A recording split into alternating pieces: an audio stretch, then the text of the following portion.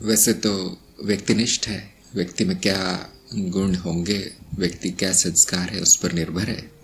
लेकिन दो तीन चीज़ें जो सभी में दिखाई पड़ती हैं वो है कि विरक्ति का बढ़ जाना, शांति आनंद का प्रकट होना, अनावश्यक कार्यों का ना होना, जो आवश्यक है वही होना, बुद्धि का बहुत बढ़ जाना, संपूर्ण ज्ञान का प्रकाश उसमें दिखाई पड़ता है, ध्यान अच्छा हो जाता है, कई प्रभाव दिखाई पड़ते हैं, जैसे नौकरी पेशा बदल जाना, संवेदनशीलता बढ़ जाना, कुछ उल्टे सीधे कार्य कर रहे हो, गलत जगह पे नौकरी चल रही है, वो सब छूट जाती है, संबंधों में बदलाव आता है, अनचाहे संबंध टूट जाते हैं, प्रेममय हो जाता है व्यक्ति, सभी में अपनी छवि देखता है। कुछ लोगों में जल्दी होता है, कुछ लोगों में बहुत समय लगता है, कई वर्ष लगते हैं, कुछ लोगों में इतना फर्क नहीं दिखाई देता, वो जैसे वैसे ही रहते हैं लेकिन संपूर्ण चेतना में होते हैं।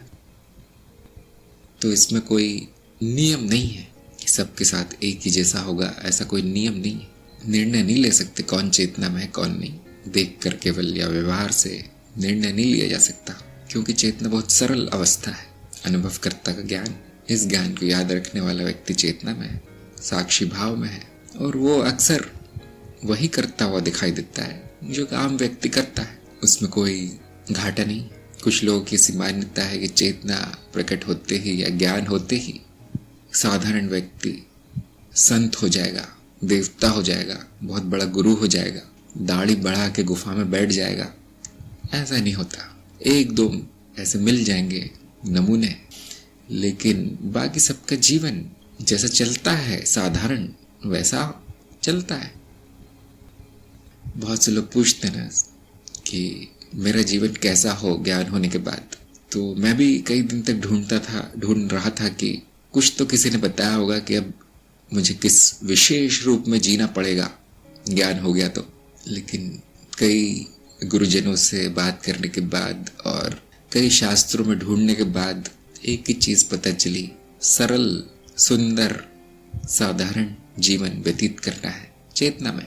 इस तरह का जीवन, आध्यात्मिक जीवन सरल होता है, सात्विक होता है, कुछ विशेष नहीं होता उसमें, क्योंकि हम जानते हैं जो है वो विशेष ही है, जो साधारण है वो विशेष की पृष्ठभूमि में चल रहा है, उसको और विशेष नहीं करने की आवश्यकता है।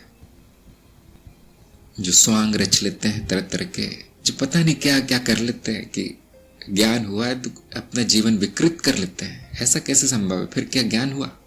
और इस पर भी हम निर्णय नहीं ले पाते ज्यादा कि किसको क्या करना है, हम थोपा नहीं जाता।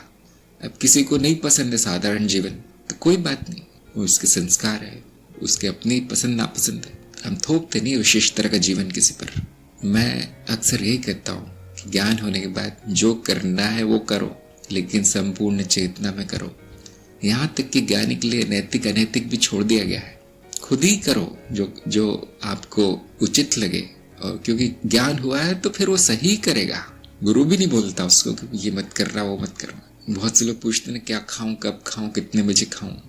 मैंने कहा ज्ञान हुआ है तो नहीं पूछोगे कभी, संवेदनशीलता बढ़ जाती है आदि आदि। अब आप खुद ही सात्विकता की ओर बढ़ जाएंगे, गुरु को नहीं बताना पड़ेगा कुछ। आप अपना स्वयं का अनुभव देख लीजिए, चेतना में तो क्या होता है, नहीं है तो क्या होता है। एक चीज तो मैंने देखी है, जो इसका स्वाद चख लेता है वो वापस नहीं जा सकता, फिर वो वापस अंधेरे में अज्ञान में नहीं जा सकता।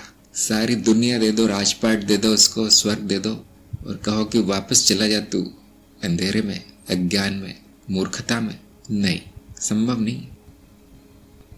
ये सार्वभौमिक है, सब में पाई जाती है बात। कितने भी लालच दे दो छोड़ता नहीं फिर चेतना को।